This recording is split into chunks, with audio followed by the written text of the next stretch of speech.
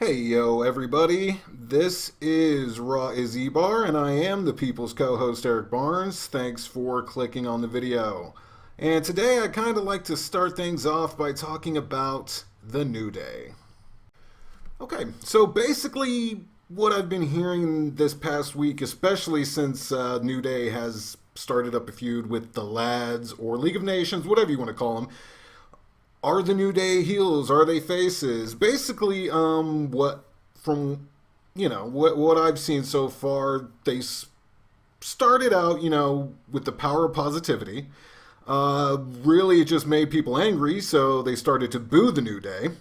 Uh, Rather than fighting it, they embraced it and became heels. So then they just embraced it so much. We're having such a good time having fun with what they were doing, which, it's just so much more obvious that the New Day's out there having a good time than it is with a lot of wrestlers. So they started to get over. And now it basically seems like maybe they're putting them in the direction of being faces. I think that just let them be the New Day. They are who they are. It doesn't matter really who they're facing. Put them up against good guy tag teams like the Usos. Put them up against bad guy tag teams like League of Nations. Just let them still be the New Day. Don't try and turn them into some super face pandering tag team, because that just seems to be what the problem is with a lot of faces. They're so vanilla and there's really nothing going on other than them coming out and just smiling and pointing at the crowd, and it's like that is why nobody's really getting over. As long as they allow the New Day just to continue being what they have been, I think it's going to be good for them. Whether they fight good guys, bad guys, whatever, as long as they're still them, that's cool. I'm somewhat interested in this feud with the League of Nations, and I agree with most people that League of Nations have not been super interesting since their inception. Pretty lame, actually.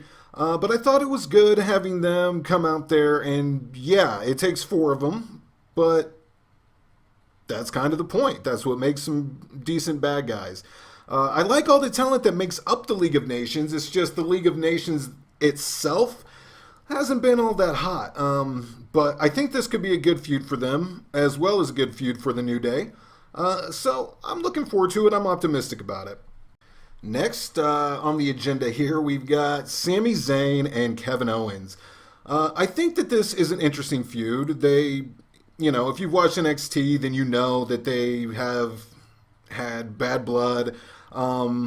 It's kind of a built-in feud, just like it was whenever Kevin Owens first got to NXT.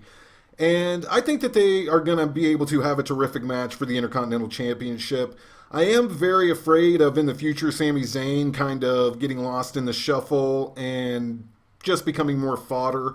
But hasn't really reached that yet. The more confusing thing to me is, what is the deal exactly with The Miz? It seems like he always just gets interjected into other people's feuds. Like, he just got done being the third wheel in the Jericho AJ Styles feud. And now he's just a guy for Kevin Owens and Sami Zayn to beat on their way to WrestleMania. I'm not the biggest Miz mark, but I do appreciate that he can be a good heel. And I'm not sure if just interjecting him into this leading up to WrestleMania is really the best idea. Obviously, he'll probably yet again be in that Andre the Giant Battle Royal. Whatever. It's just very strange to me that Miz is kind of used just to further along other feuds. Then there's this. I don't really fully understand the whole Brie Lana feud. It seems like week in and week out, they'll come out and they'll talk about how there's issues between them, and what are the issues? Why is this happening? I don't understand. Maybe I just haven't been paying attention, but I really don't have any clue what instigated this feud that's happening between Lana and Brie.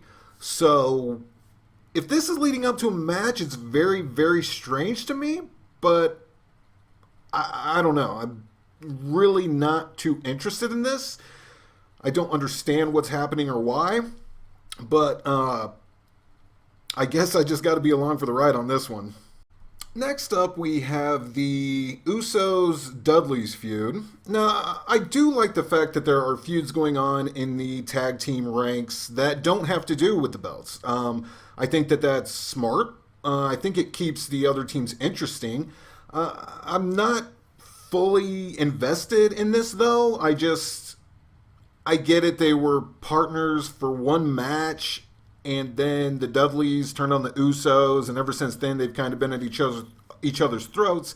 But I'm just not sure that that alone is enough to make this a big enough match that it should be on WrestleMania. Maybe a throwaway pay-per-view, but this is WrestleMania. I just hope that the build-up continues to get better. Maybe it'll be a tables match or something like that. But right now, this isn't fully enticing me. I like both teams. And like I said, I'm glad that there's a feud going on with them. Gives them something to do while they're not chasing the belts. But it just seems a little light to me. It just seems like this particular feud needs something more. Which brings us to Triple H and Dolph Ziggler. I really enjoyed Ziggler's promo. I almost feel like he hasn't gotten a chance in so long to cut a halfway decent promo that a couple of times during it, he seemed a little lost. And I'm a fan of Ziggler, so, I don't say that with any disdain or anything. And I did enjoy the promo. I did enjoy the match as well. And I've seen people throwing around that Triple H squashed Dolph Ziggler. And I really don't think so. Or maybe my definition of squash is just different than other people's. But they had a competitive match. It was a good match. And if anything, Dolph Ziggler came out looking better for it in the end. Maybe it was only because this movie of his is coming out. And if so, then I don't really see a huge problem with that. At least he's still doing something interesting. Will it lead anywhere? I don't know. I guess we'll just have to wait and see. But I thought it was interesting that Triple H wrestled on Raw. I thought it was interesting that his first match on Raw in 3 years was against Dolph. And I really didn't see the downside. I mean, Triple H is the World Heavyweight Champion going into WrestleMania. He's not going to lose a match. So while it was an interesting concept that Dolph could get any match at WrestleMania that he wanted except the World Heavyweight Championship match, it still didn't stand to reason that Dolph beat Triple H. I mean, at least not clean. And even if it was some kind of other weak finish, like a count out or disqualification or something, I don't think that would help them in any way as far as Triple H looking strong as the World Heavyweight Champion going into WrestleMania. And isn't that kind of the point for WrestleMania? Speaking of WrestleMania, at Raw we got the return of Roman Reigns. Okay, great. First of all, to me, Roman disappearing for weeks due to an attack from Triple H made him look totally weak. He was hurt that bad with one attack.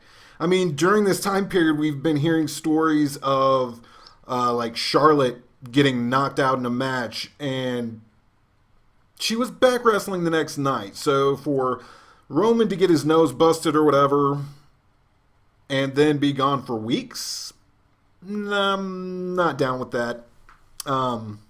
Anyway, so he came back.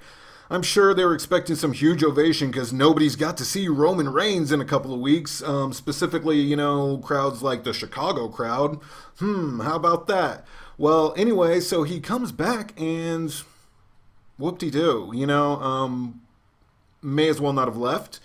The cheers from the people that were excited to see him weren't that loud, and he was still getting booed by everybody else, so I don't really see the point to that. He's in the main event at WrestleMania, and he hasn't been on TV for the past couple of weeks. Not completely sure what the end game is there. But yeah, I thought Roman looked weak going into that. And then, okay, he comes back and he's getting his heat back because now he's beating the hell out of Triple H. That's cool. They have to do something. I'm not sure if it was enough. They still have a little bit of time, but I'm glad that they're attempting to do something, even though it still, to me, doesn't make me interested in the World Heavyweight Championship match at WrestleMania. And shouldn't that be one of the main matches that I'm interested in? I mean, I love wrestling, so why would I not want to be? I want to be interested in this match, but I'm just not, because Roman Reigns as a character is stale to me. But I kind of talked about that last week. I thought it was interesting whenever he was backstage beating down Triple H, and then the Usos come and try to stop him, and for some reason Jack Swagger and Mark Henry are trying to stop him as well. I honestly, at that point, I think for me it would have been way cooler if he just started beating the hell out of them to get back to Triple H. Like, let him be that aggressive that he doesn't give a crap about anybody else, and all he wants is the World Heavyweight Championship, and all he wants is to hurt Triple H, which I guess that's two things. But just let him be just incredibly aggressive, because that's what they're trying to do. I think if he just would have at least pushed the Usos out of the way or something, maybe not like a completely aggressive attack, but just something to show how much he really wanted it, how much the fire really does burn inside of Roman Reigns. So, we got another Golden Truth skit with Truth dressed up as a penguin since they were in Pittsburgh. All I really have to say about this is, could there be a longer build-up for something that is going to have a smaller payoff? So, as we all know, unfortunately on Monday night, Neville was hurt during his match with Chris Jericho, and all the insanity that goes along with that, with Jericho getting in Charles Robinson's face, shoving him, Charles Robinson dropping an F-bomb. It got a little crazy. And now everybody's going on about how much they respect Jericho and how he's a ring general, which I agree with fully. He deserves to be respected for what he did. You know what I mean? He went out of his way to look out for Neville, and he is a ring general. It's not like we didn't know these things before, though. Jericho is a veteran. He's been around the block, and he knows what to do whenever somebody's hurt. He cares about the other people. I mean, we've never heard stories that Jericho's trying to go into business for himself or anything like that. So while I agree with being proud of Jericho or respecting him, it's nothing that I wouldn't expect from Jericho. I think very highly of him personally, and definitely one of my all-time favorites is Chris Jericho. So definitely cool that he was looking out with Neville, but it very much sucks that Neville got hurt, especially this close to WrestleMania. I guess that's the break sometimes. With all the people that were already hurt, just another name to the list at this point, and it's a bummer. And last but not least, we got The Undertaker and Shane McMahon both live on Raw in the same ring in the main event segment, along with Vince McMahon. So Undertaker comes out, and I don't know. It's just like, no matter how much he wants to get in Vince's face or act like he's intimidated by him, here's what I think. Undertaker always, for the past, not as long as I can remember, but for a very, very long time, as far as WrestleManias go, he's been fighting for pride or to have these classic matches, or just seems like to prove something to himself, much more than just being booked in a match. And that's what's happened, in my opinion, at this WrestleMania. It's just like he was just booked in a match, and it's like, so what?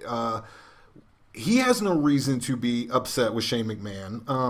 I mean, now he does, since they had this confrontation, and Shane was punching him with those very weak looking quick punches, but that's neither here nor there. it makes the character of the Undertaker feel cheap to me. I'm not saying that I agree with Shane that he's Vince's bitch, but he's just doing it for no reason of his own. And I feel like that's the difference between a lot of these matches. You know, like he repeatedly faced Brock Lesnar, at WrestleMania 30 and then at SummerSlam and of last year. And it's just like he did that because it was a huge, big matchup and he had lost at WrestleMania, so he wanted to fight him again. You know what I mean? Like there was a reason for it. Or whenever he's fighting Triple H, it's the end of an era and these two icons clashing at WrestleMania and whatever. Even though, is it really in the end of an era since Undertaker's still there and Triple H is the World Heavyweight Champion now? Yeah. But I don't know. It cheapens Undertaker a little bit to me that this is his If this was a different pay-per-view, it would be different. But this is his WrestleMania match, and he's facing Shane because Vince told him to. And maybe that does make him Vince's bitch a little bit. I don't have anything against the match itself. I think that it could be something really cool because Shane has done some crazy stuff before. Undertaker is the Undertaker, and they're going to be in Hell in a Cell. So it's not the match I have a problem with, really. It's just the storytelling leading up to it is very strange and spotty, in my opinion. So that's all I've got for you this week, guys. I appreciate it so much that you took time to check this video out. Please like and subscribe if you liked the show even a little bit. And we'll see you next week with more Raw as EBar. I'm the People's co-host, Eric Barnes. Thanks for watching.